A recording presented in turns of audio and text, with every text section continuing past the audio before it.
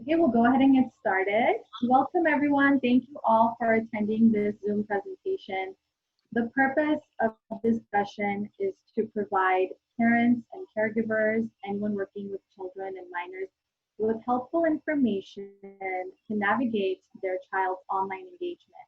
We live in a highly digital world, and the reality is there are advantages and disadvantages with technology. Due to the pandemic, children and teens now more are craving the desire for socialization and connectivity. And these virtual platforms we'll go over with you today are very attractive. Our goal today is to bring you resources to learn about cyber safety and how to open the communication with your children in a constructive manner. We will begin with introductions, and also if you'd like to put your child, or if you're taking care of any children, their ages in the chat box, that would be helpful for us to understand our audience demographic. We will be recording this meeting and it will be available to be posted online. And if you have any questions, please save it at the end. If we have any time left over, we will try to get to them. And thank you for joining us. I'm Angie Andikian. I'm a marriage and family therapist associate. I'm a private school administrator here in Altadena and also a life coach. I've worked with children and young adults for over 12 years in the areas of mental health and child advocacy. I'm honored to be facilitating this presentation with two amazing professionals this evening.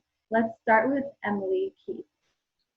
Thank you, Angie. It's so great to be on. Thank you for having me. I'm Emily Keith. I am the VP of Operations at Claris Health. Claris is a nonprofit organization. We work with families before, during, and after pregnancy and sexual health choices. We provide free and low-cost medical services, mental health, and support services. And tonight I'm really representing one of our programs called Reality Check. And Reality Check is our pregnancy prevention program. It's really our sexual and relational health education.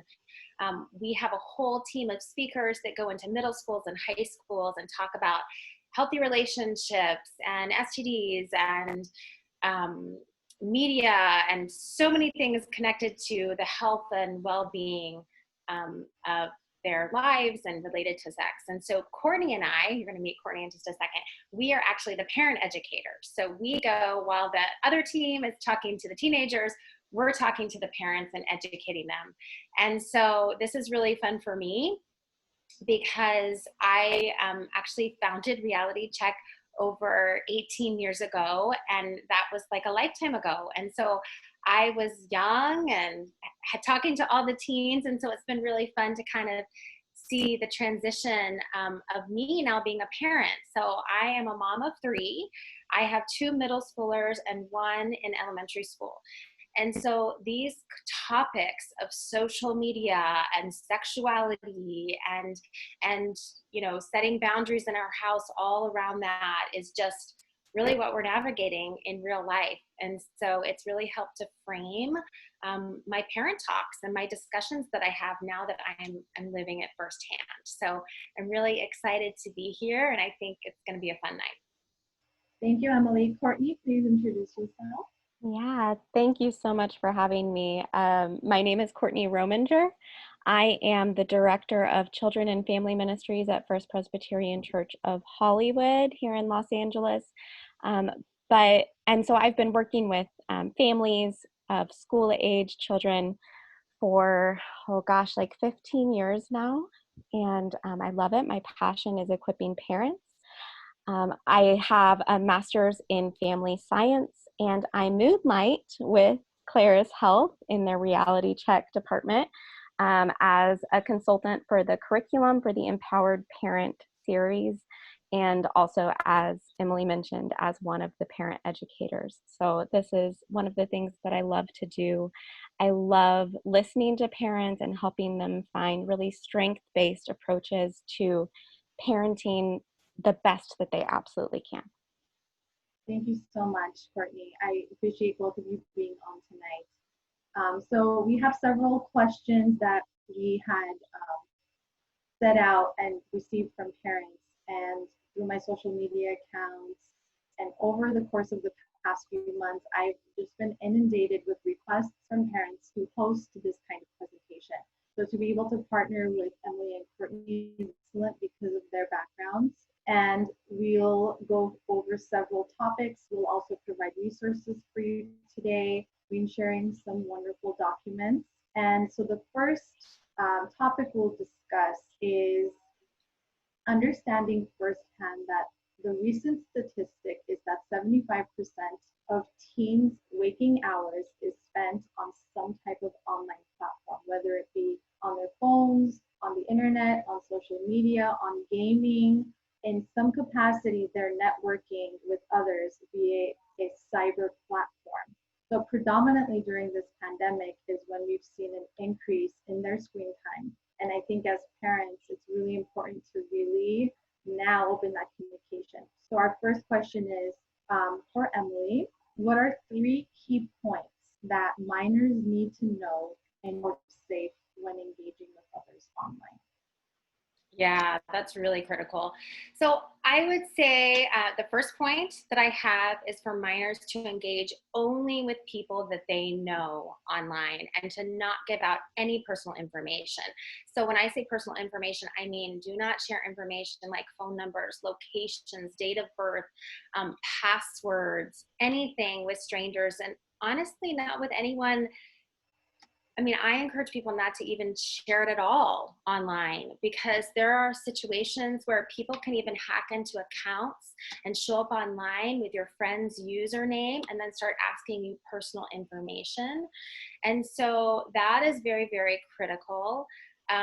I have a scenario, actually my son, so he's into gaming, and we're going to talk a little bit more about this later on, but we have this, he has to get permission ahead of time with me and ask me, can I play? This is when I want to play. This is who I want to play with. And so we have this arrangement, and I say, okay.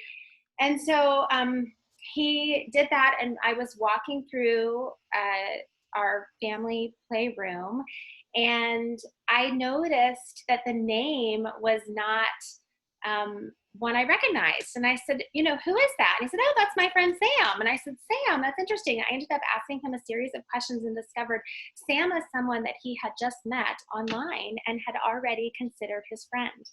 And so that was really surprising to me. And I realized, oh, wow, okay, maybe we need to take a step back and have a discussion about who really are our friends, who are safe people, who do we know, because he says he's a little boy and he says he's the same age as you and he loves to play this game doesn't automatically make him your friend. And so that's been really helpful for us to have those conversations. It's important for our kids to know that. And in fact, I have another situation that was even a little sort of on the line of danger.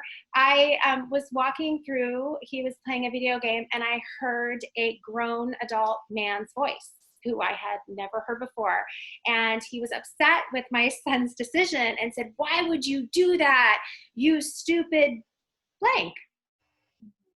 And I was like, all right, we need to stop this video. So we had to put it on pause. And I'm like, who in the world is this strange man in my living room and cursing at my son? And so I think at that point, I was such a novice to understanding just the world of gaming in general, and not realizing that they have so many opportunities to play live with strangers. And so that's when I realized, okay, we need to set some boundaries here.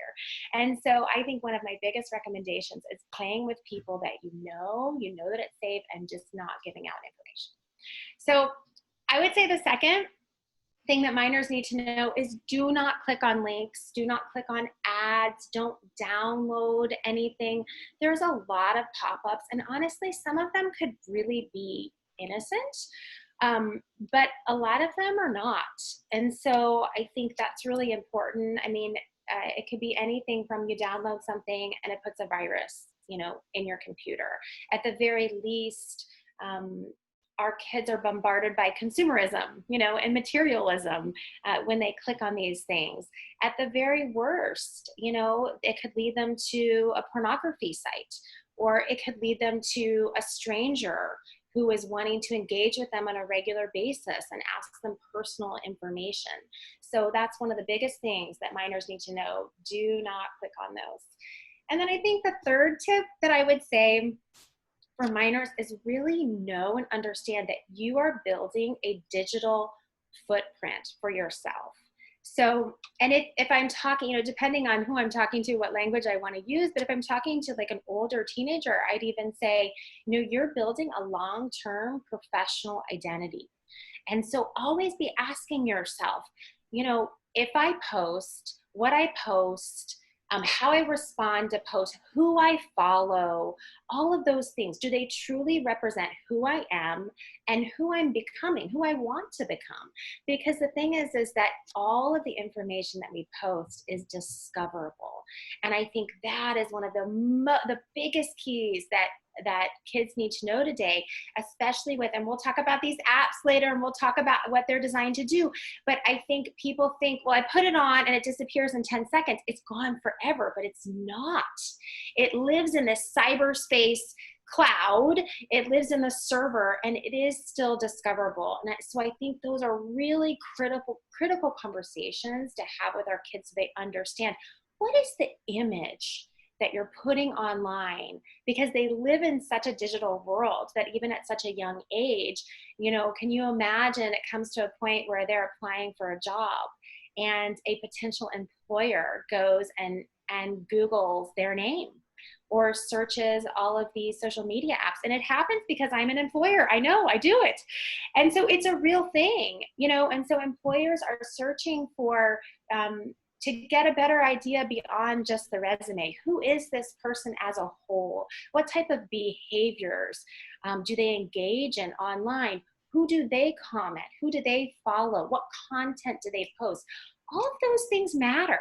And so it's really important that we're sharing that with our kids, that we understand that and that they understand that. And one more thing. This is just a simple rule of thumb that I think is really good, is just, and you can be a broken record on this and say it over and over again. If you wouldn't say it or do it in person, don't post it online. Yes, I appreciate you mentioning how, they can follow them in the future, because essentially it's like building a resume the minute you open up those platforms with those accounts, because they can be traced back. And I've worked in workforce development for transitional aged adults from 18 to 24 years old. And I myself, during the hiring process, would share information that I found about them just to show them what's available, and they'd always be surprised. We have a follow-up question for Courtney about how can parents have these conversations based on their developmental stages? Yeah, thank you so much for asking that. I really want to emphasize that these are conversations, the things that Emily has mentioned, these are conversations that can happen at all ages. You can have them with your toddlers when your toddlers are using your iPad when you're cooking dinner, or your tablet when you're cooking dinner. You can have them with your kindergartner, your second grader, your middle schooler, your high school, and you should be having these conversations repeatedly throughout all of those stages. But taking their development into consideration is really key. So you're not going to have as in-depth a conversation with a 5-year-old or a 7-year-old as you have with a middle schooler or high schooler. Their brains aren't to a stage of development where they can really understand more abstract concepts, and it might cause a little bit more anxiety. So it's okay with a 5-year-old or a 7-year-old to keep it as simple as, I want to keep you safe, and not everyone on the internet is safe. And so this is my job. And so, these are the rules of using this, is you don't click on the ads, you don't use any of the apps that are not yours. Like, this is your folder on the tablet and these are your games that you get to play with. It's okay to keep it that simple. I know that I have been, during this COVID time, engaging in chats on Facebook with some of the kids at my church because their parents signed them up for Facebook Kids Messenger. And that's a really great opportunity in elementary school to say, hey, this is a really wonderful thing. I want you to stay in contact with these safe adults who you love. And I need to approve all of them so that I know that you really are only talking to people we know, who we trust and who we know love you and care about you and are going to help keep you safe. So that's a really basic entry level conversation. And as kids get older, you can start to talk about more because they know more. Middle schoolers know about sex. They know about predators. They know a lot more than we give them credit for because their friends are talking about things. And so as kids get older, we can get a little bit more explicit and we can talk about the dangers of sex trafficking. We can talk about the dangers of pornography, and we can talk about online predators and people who want to steal their identity. So all of that is really based on their age and their stage of development. And I want to note also that that would change a little bit if you have a child who has special needs. You might not have as explicit conversations with a child with special needs who's a middle schooler as you would with a neurotypical child. Thank you, Courtney. I appreciate you mentioning that last piece about developmentally, if there are children who have delays or any kind of special accommodations, we do have to take that into consideration. Also to children in general, their prefrontal cortex, their judgment center is very impulsive because it's not fully developed. So we also have to remember that even if we're talking to them about some of these things, it may not register, and we have to keep that communication open. And Courtney's advice was perfect, to just keep it very fundamental and basically elaborate as they get older. That's a great point. If I could just elaborate a little bit more on the prefrontal cortex. The more you have these conversations, their prefrontal cortex is still developing until they're in their early to mid 20s, but they have access to it. And what that area of the brain does is it helps them to regulate their emotions. It helps them to foresee consequences, make good decisions, things like that. And so the more we have these conversations, we're actually like working, if you can think of it as working a muscle and practicing those connections between the rest of the brain and the prefrontal cortex, so that as they age, they've already practiced that connection and they're more likely to make better decisions. Beautiful. Thank you, Courtney. That's excellent. So our next topic, I'll start with another statistic. So I was polling a lot of the parents on my social media account just to check if, are you familiar with who your child is really friends with on their platforms? And Emily mentioned earlier too that she overheard someone when her son was gaming, like a stranger, of who is that? Who is he talking to? And so 50% of parents reported directly that they do not know who their child's friends are when they're engaging online. And with that, our next question is for Emily. What are the specific steps that parents can take to stay engaged in their child's technology world? Yeah. Oh, there's so many great things. As parents, we're both the gatekeepers and we're the empowerers of our children's media engagement. And so I would say that the very first thing and the most valuable thing that we can do is set boundaries and set some limits around. And everyone is looking for radiates from this league. And are we getting Zoom bombed? Looks like everyone's muted. Go ahead, Emily. We hear you. All right, awesome. So setting boundaries. And you know what? Kids don't know how to effectively self-regulate, which you talked a little bit about just now, just their impulsiveness. And so they actually need limits and they need our help in doing that. And some of the best ways to doing that is actually to sit down with our child and have a discussion together about this, to discuss what are our family values? What is a normal digital routine for us in our home? What will that look like? And how can we hold each other accountable? And I actually found this really awesome tool. Andy, if you want to put that up on the screen now, it's these questions that we can ask if we're sitting down with our children. And here we go, there it is. It's from Fuller Youth Institute and setting screen time boundaries together. And so I just thought this was a great way to start. Asking questions like, where do we use media together or separately throughout the house? Just allowing our kids to have that conversation and allowing them to have input into the decisions. When do we typically use media during the day and throughout the week? And who do we use media with? Is it family? Is it friends? Is it teammates? Is it adults at school? Is it adults at church? Is it our coaches?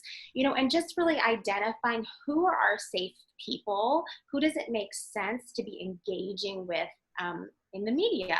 And then number 5, when and where does play happen? How is that uniquely set apart from work? And then these rituals, right? With these previous categories in mind, what might be a few consistent family activities that we can do with the media and without the media? And I just encourage you, use this as the foundation. You don't have to ask all these questions, make up your own questions. But I think as a tool, this is a really great opportunity to just have that time with your kid, and create these boundaries that are really valuable. So we're going to actually give you a link at the end so you can have this and you can find this online. So thank you for putting that up, Angie. And I would say just some examples. People always say, what are some examples, of some good boundaries? What are some things that we can do? And some are, no phones, no technology in the bedroom. That's something some people like to do. People have screen limits, okay, so we're gonna do, only 2 hours on this device or an hour on this app, or, maybe there's even a time limit at night. So it's after 8 o'clock, mom collects all the phones and they're out of your bedroom. And so another one would be the dinner table. The dinner table is a time for us to really connect and engage with each other. And so we're not going to bring technology to the dinner table. And so there's a lot of ideas, and you'll be surprised. Your kids will actually come up with ideas on their own that might surprise you. And what I found, and just speaking to so many teenagers and so many parents, is that kids they really want permission to have limits and to say no. Because of the digital world that they're living in, they have to be on all the time. And the pressure of constantly checking, posting, commenting, it's intense and it feels all consuming. And so it's really sweet. I mean, I've talked to some teenagers that say, I love it. My mom is the best excuse. I say, my mom takes my phone at 8 p.m. and I cannot respond to you. And they say it like, oh, it sucks. I can't respond to you after 8. And then they're like, yes, because I want that pressure taken off of me, and I think because it's hard for kids to self-regulate that, they also don't want to say no to their friends. And so it's a wonderful opportunity for us to help them set those healthy boundaries. Yes, Emily, and I'd like to add that children do crave structure, even if they might resent it or they may push back sometimes, but they truly need that for their full development. And as parents, we kind of have that ability to teach them when we do set boundaries, what that does for them, because they may not understand why. And I think too, when we explain the reason why we're putting this limit is to make sure you're feeling well in the morning, is to make sure you get your full night's rest, because our brain and our body really needs that. And you hear a lot of young adults now saying, I'm going to take a social media detox. So they'll post it saying, I'm going to be offline, I'm okay, I just need to de-stress, right? Adults are doing that as well. And so it's really showing, like you mentioned, Emily, how overwhelming it can be with the amount of time they're on there. So they really, really need those boundaries. So thank you for sharing that. Yeah, absolutely. I think the other thing too is creating your own accounts, friending your kids, seeing who they're friends with, making sure they're real people. So just the more that you understand the world, I think that the social world that they're in, that we didn't grow up in, I think we might be less judgmental. We might be more understanding. We might just understand the pressures that they have on a regular basis. And so that's my encouragement too, is just to get involved, to have conversations, to be online, to understand these apps, to understand the social media that your children are on. Another thing is reviewing the apps with your children, actually sitting down and saying, okay, let's go over all your apps. Let's talk about these. Why do you like to play this app? What do you get from this app? Are there ads on this app that bombard you that maybe we want to take off? I mean, I had a really interesting situation. Once again, I feel like so much of my learning is by failing first. I'm sure there are parents that can totally relate to that. I know I'm not alone. And so my oldest actually brought me an app, a game that my youngest was playing, and it was an innocent kids game. And then all of a sudden there were these really inappropriate photos that came up in an ad, and she grabbed it and said, "Mom, do you know that this is on here?" And I was really blown away, and it made me wonder, how long has this been happening? And so I spent an entire evening playing every single one of my child's games on their iPads.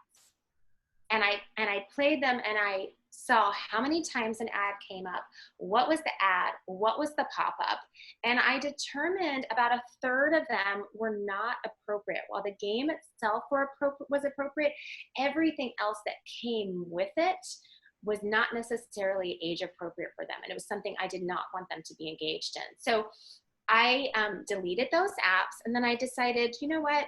I don't want to punish them. This isn't their fault, right? I allowed them to get these apps in the first place. And so I did some research, and I added apps to it. I added a bunch of other games to replace what I deleted.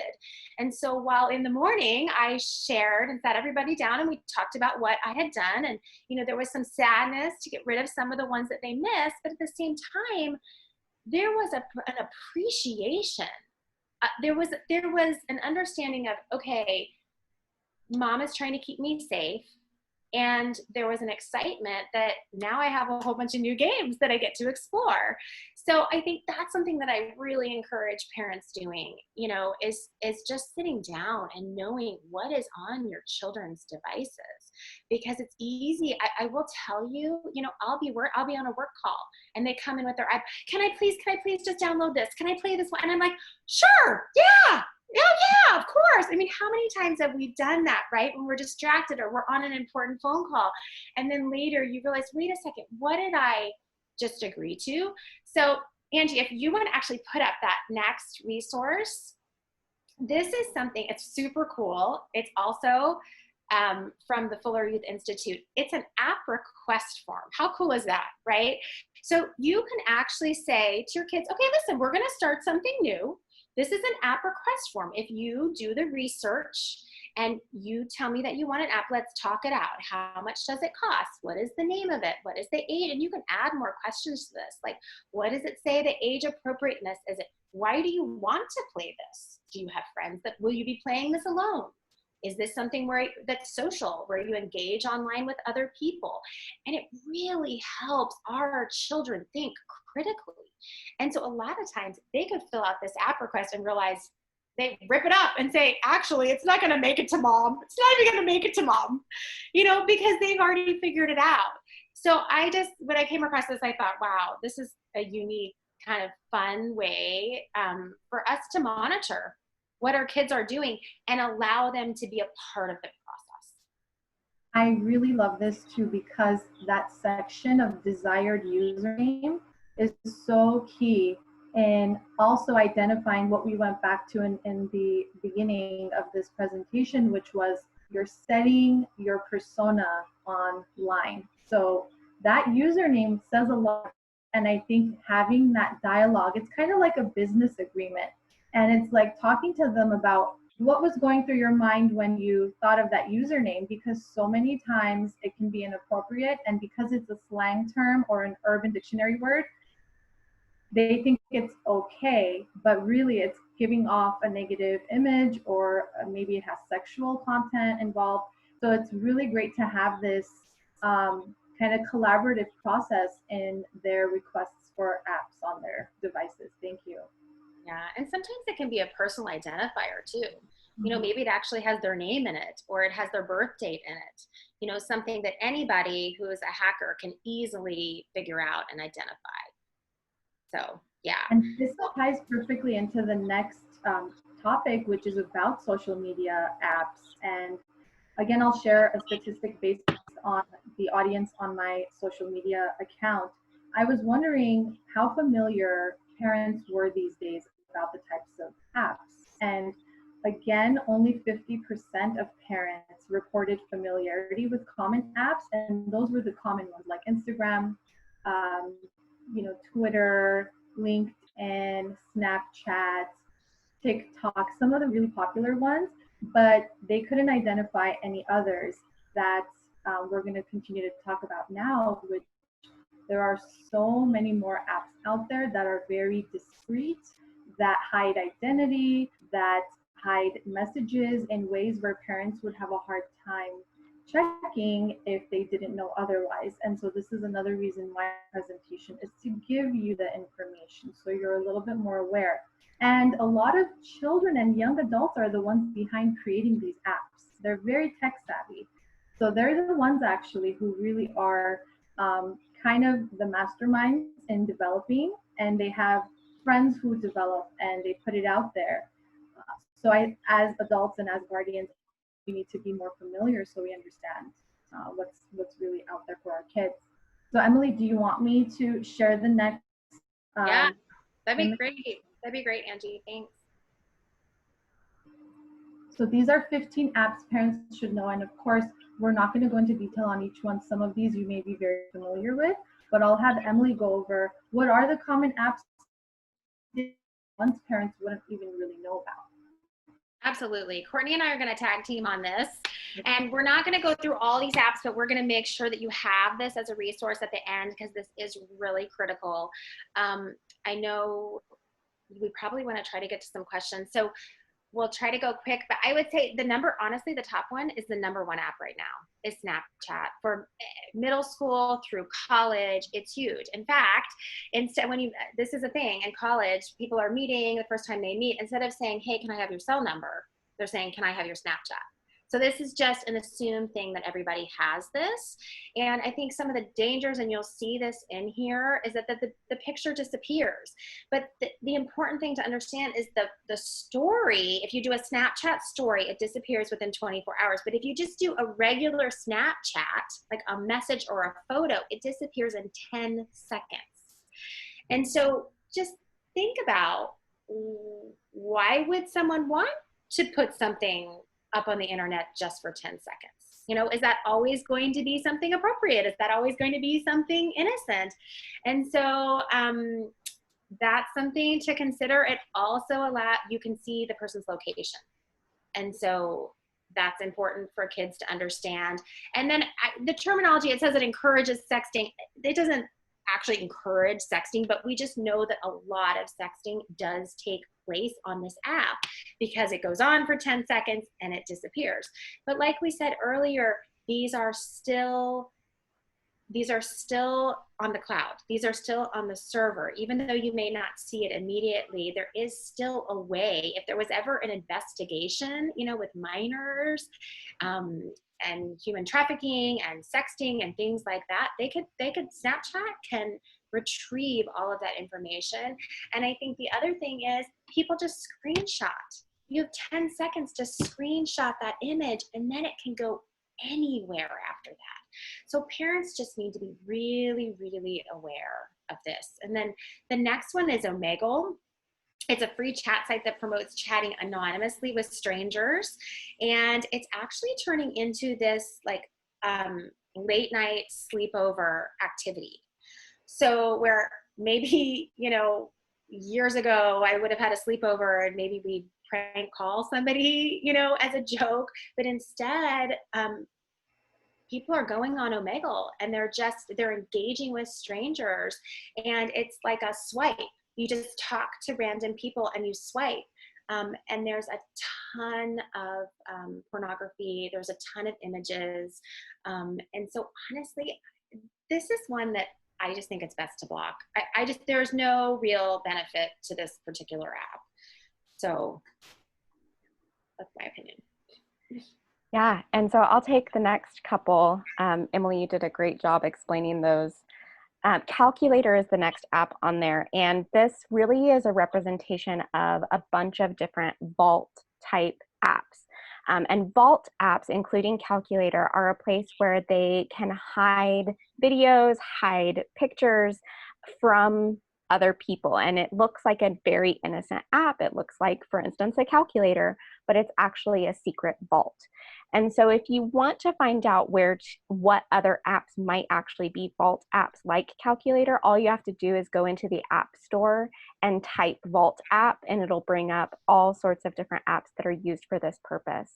And maybe they're not keeping anything horrible in it.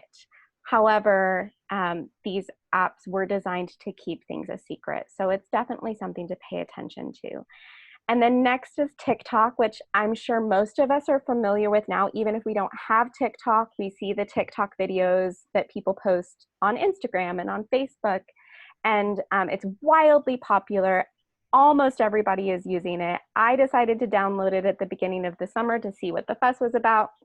And my sisters were using it with their kids, and their church was doing challenges. And I was first impressed because it is a really easy and excellent way to edit videos. It's probably one of the most user-friendly video editing apps out there.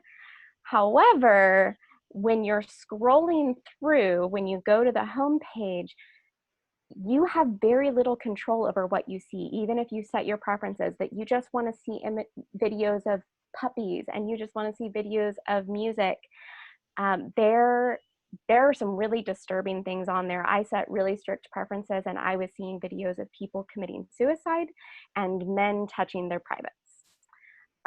And I deleted it after a couple of weeks because the things that I was seeing as an adult were disturbing, and I can't imagine how disturbing those things would be to a teenager. So it is wildly popular. It is a really wonderful outlet for creativity, but there are a lot of problematic things within the app itself. Yeah. And so, I mean, the next one is Instagram. And we probably all have Instagram accounts. Instagram is awesome in so many ways. It's a wonderful way to connect with family and friends and to post images and share things and inspire people.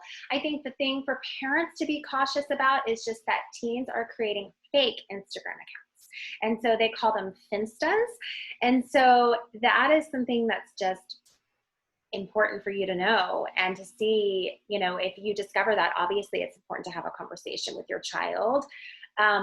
There's also been a lot of situations lately with spam, with actually pornographic sites going into people's DM. There are direct messaging people, click on this, or trying to follow them and sending pictures just even through their direct messages. So that's something that has really become a problem with Instagram. And so I think just being able to monitor your child's Instagram account is going to be really critical. And I think the rest, I want to hold off and have you read, look at them, know that it's a resource. I realize the only one we don't have on there, we have two that aren't on there that actually are big with teens, especially right now, is YouTube. And I realized that I don't have that on there. And YouTube has been known to have some pedophile problems, honestly, especially with videos of young kids. And so that's just something to be aware of. There is a YouTube's Kids, if you're not aware. Their restrictions are much more strict.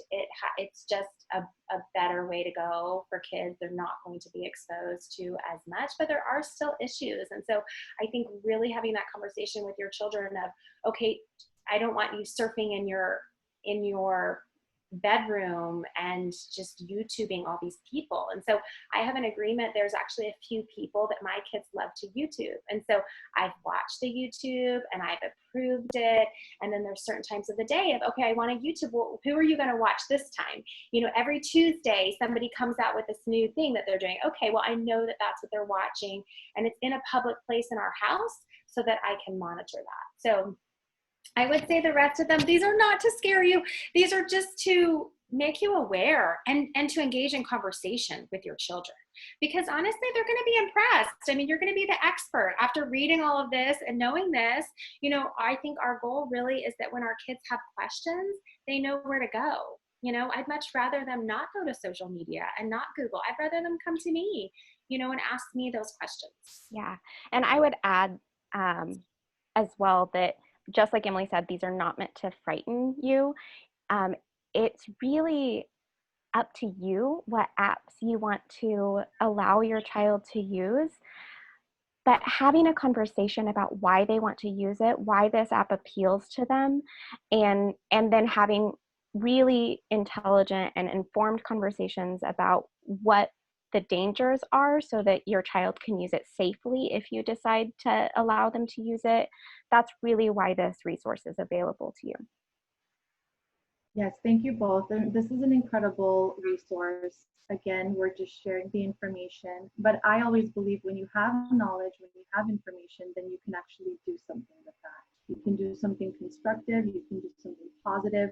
And the truth is, we live in a digital world. So we as adults and as parents, we have to accommodate, we have to adjust. We can't put our children in a box and, you know, safeguard them from every single app or every single type of resource. What we can do is, like our professionals mentioned, communicate, teach them, and maybe they'll teach their friends. If their friends are telling them, hey, I want you to get on Kik, they can say, actually, no, I don't want to get on that because my mom told me XYZ. And that way too, it'll be a domino effect in a positive way. And that way it won't be as scary because they're actually informed and they can make their decisions properly. So our next question is going into, and I'll share the statistics. So there's an organization called Bark Technologies, and they're a parenting service that provides content monitoring. But really what I want to do is share their statistic, which was in June of this year, that over 170,000 messages were sexually explicit in just the first half of 2020. Now let's think back. So the pandemic started somewhere February, March. A lot of our schools went to distance learning. So our children were home, they had more screen time, they had more access to their apps. And kind of like how Emily had mentioned earlier, if they came to us, we just said, sure, it's okay. Go ahead and do what you need to, but we weren't really paying attention sometimes. And so during that time, Bark detected that several 100,000 messages were sexually explicit in content. So with that in mind, our next question is for Courtney. And what do minors need to know about sending sexual content on these platforms?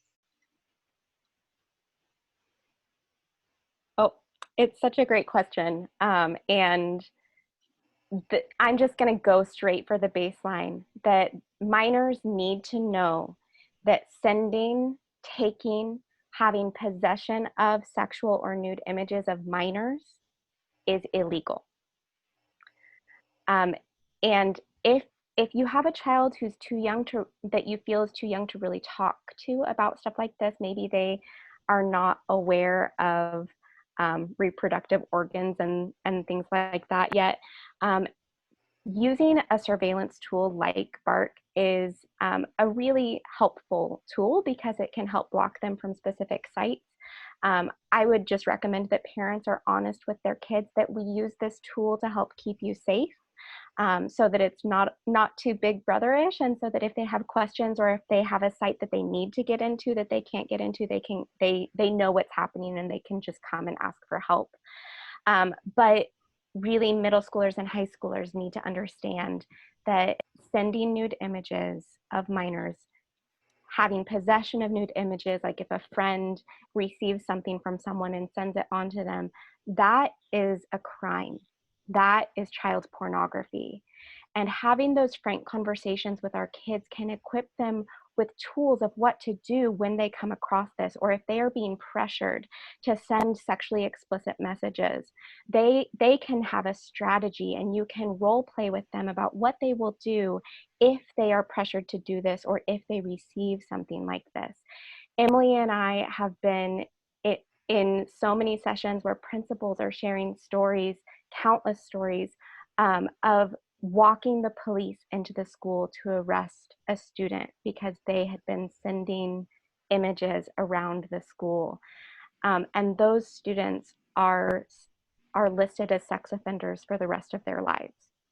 And oftentimes, many parents don't know this, if you own the device, you as a parent can also be held legally liable.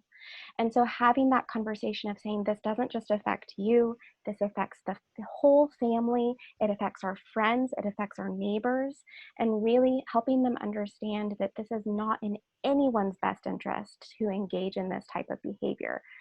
Of course, not everything is sending nudes, right? There are suggestive emojis, there are bitmojis that are suggestive. And while those aren't illegal, those can escalate situations and can be used for other kids to bully or manipulate individuals.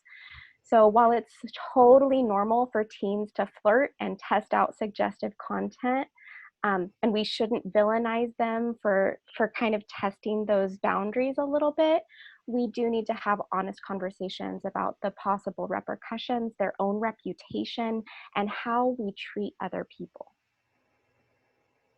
I appreciate that very much. And, I want to add one more point about parents who have social media accounts. At times, and this isn't meant to be malicious, but parents will post adorable photos of their little ones, of their minors, especially in bathtubs. And several times I have seen that there's nudity involved. It's showing a part of their body. And so what I do on my end is educate my friends who are parents or anyone I see posting to really explain, I know you mean to post this in a lighthearted manner, that it's cute of your child or of your grandchild, but please understand it's considered child pornography. And when I explain it to them that it is an illegal act, and that anyone can screenshot that photo and save it for their own purposes and then send it off and sell them, that's when they understand, okay, although this is cute, it's actually more harm than good. So what I tell them is keep your photos personal, share them, with someone next to you, not on an online platform, because like we've said, it stays in that cyberspace and it stays in that cloud. That's such a great point. I get so concerned when I see those little naked baby pictures on social media because it can be used by sexual predators. So thank you for highlighting that. Thank you. So we're at our last question here, which is what are the benefits? So we've been talking about, sharing a lot of information here, both good and bad, disadvantages and advantages. But what we want to now talk about is how can minors benefit on being on these social media platforms?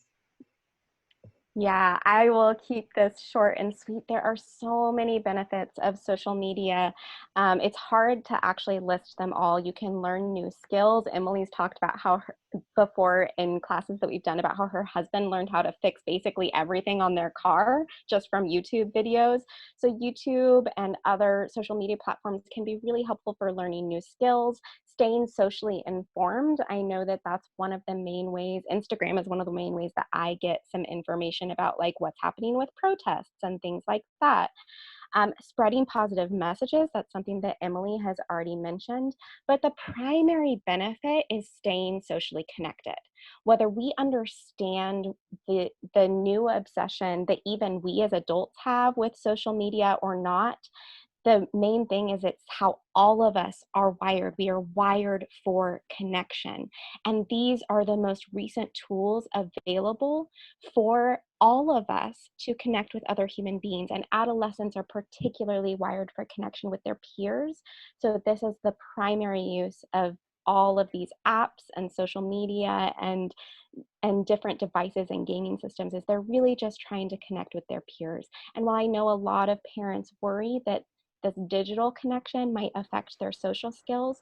A recent longitudinal study that was completed from the University of Chicago compared cohorts from 1998 and cohorts from 2010 and found almost no difference in their social skills, regardless of the fact that they had completely different social technologies available to them. So protocols and boundaries and conversations are really necessary, as we've talked about. But we might not need to be overly concerned about their social skills as long as they're connecting. That's an excellent point. I think that, there are many benefits to it. We can't just look at the negatives. A benefit I'll share for me has been that my life coaching business started through the social networking. And that's how I was able to post so many of these wonderful presentations.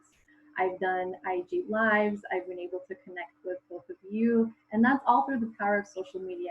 If we can use it to our advantage, it can be a very strong and promising platform for us. But I think when we use it in a way that we don't really set those boundaries, when we don't set those restrictions, that's when I think it can get a little bit challenging. And the older our children are, just to reiterate, the more comfortable we should feel in talking to them, because the more we know, the more we can share, and they'll feel like, oh, they get it, even though we're older than they are.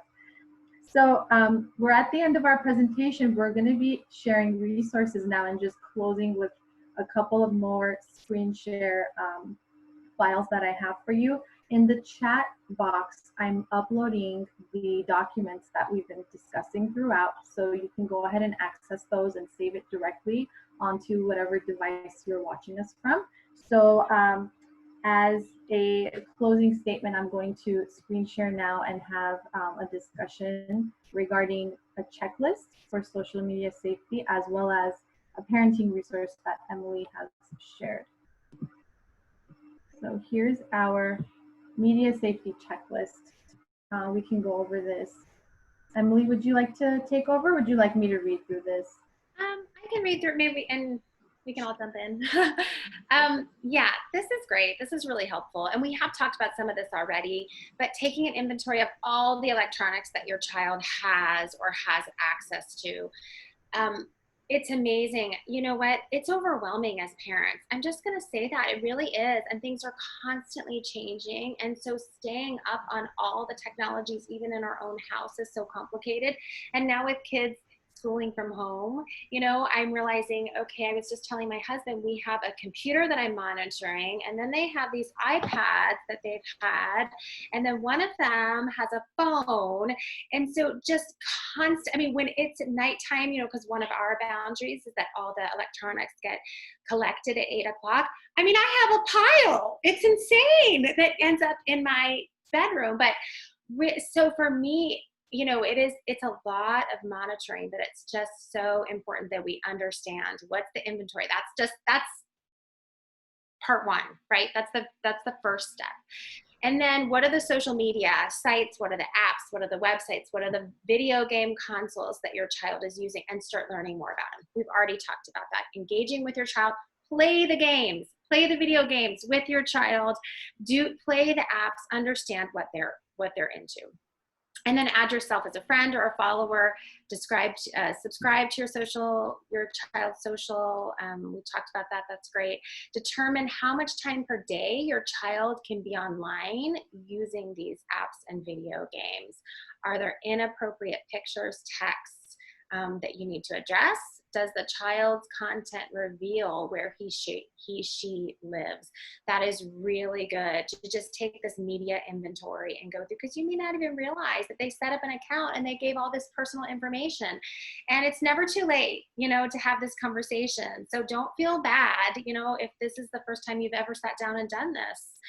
There has to be a first. So and then review your child's friends, followers, determine if they are people that your child knows or if they're actual strangers. Just like the example of my son, he was calling this person his friend, and he actually had never met him and knew nothing about him. So being able to differentiate between the two and really understand that is important. And then start the conversation with your child about safe social media. And hopefully we've given you some tools today that you'll be able to do that. And then start thinking about some guidelines. And that's really that boundaries conversation, and doing it together. You know, sitting down and doing it together is going to be so productive. And then there's the suggestion too of putting these guidelines in a contract that your child could sign. I actually know a lot of people that do that. And I think that's great, especially if it's going to be the beginning of them receiving a new device. Like if they're getting, say, an iPhone, a smartphone for the very first time, you know, really saying, okay, this is a lot of responsibility. We need to talk about what is expected of you, and we need to talk about what mom or dad or, you know, anyone in charge is going to be, how we are going to be engaging and participating in it too. I think that's something that's really, I don't know if I touched on that earlier, of just really even explaining to your child that, you know what, I'm going to be occasionally monitoring all of your devices. And the reason I'm going to do that is because I want to keep you safe. And I care about you. I love you. This is really important. And there are people out there that don't have your best intentions, you know, in mind. And so we might get some pushback from our kids who don't want us to monitor their texts, who don't want us to look at their browsing history on their computers. But the truth is, they are still under our roof. And most likely all of these devices are in our name and paid for by us. So, and we care about them. We want them to be safe. And so I think that can even build trust, that the more we talk to them and we explain to them, this is going to take place. You know, I had a situation once, I was looking through my daughter's texts and there was something alarming that I found and I was worried about it. And I had this conversation with her, and at first she said, wait a second, why are you looking through my texts? And I said, don't you remember? We've had this whole conversation that I'm going to be, oh, yeah, you're right. Okay. And then in talking with her, she's like, thank you. You're right. That's a conversation we really needed to have, because I was worried too.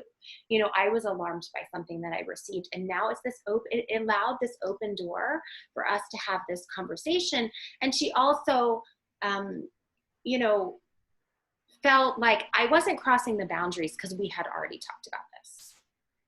That's a great point. And I also want to add to that is, you know, sometimes our kids might need that permission to say, if you see something wrong, say something to me.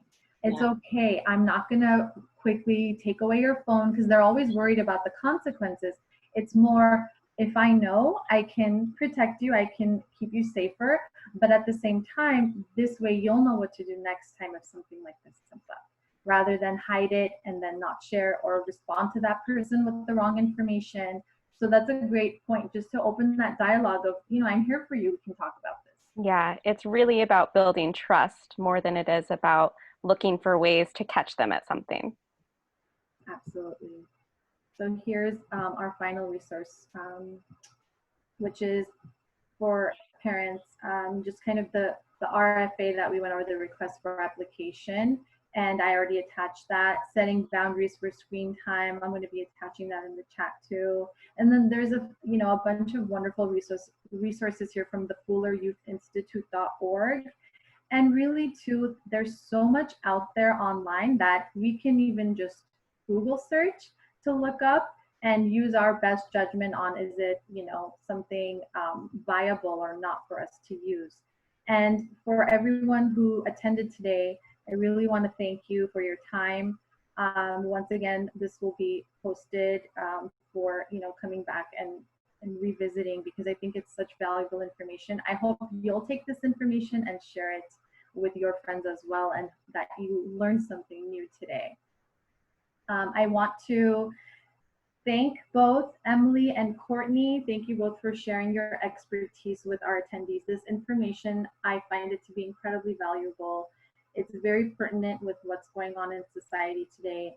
And this is an ever-changing society. So the best we can do as parents is to stay informed and keep learning. And let's just share our knowledge with one another. I'd also just like to add that, you know, when you learn something, and it can be through your child, it's important to share that with other parents, because more likely than not, they probably don't know about that information. Thank you so much, Angie, for inviting us and just hosting all of this. It's been wonderful. Yes, thank you, Angie. It's Thank been you. fun. I hope this was helpful. I'm going ahead and attaching these for you, these files. We hope you all have a wonderful night. I know this was a lot to digest, but we hope it wasn't too overwhelming for you and just more useful information than anything. Thank you all and have a wonderful evening. Take care, everyone.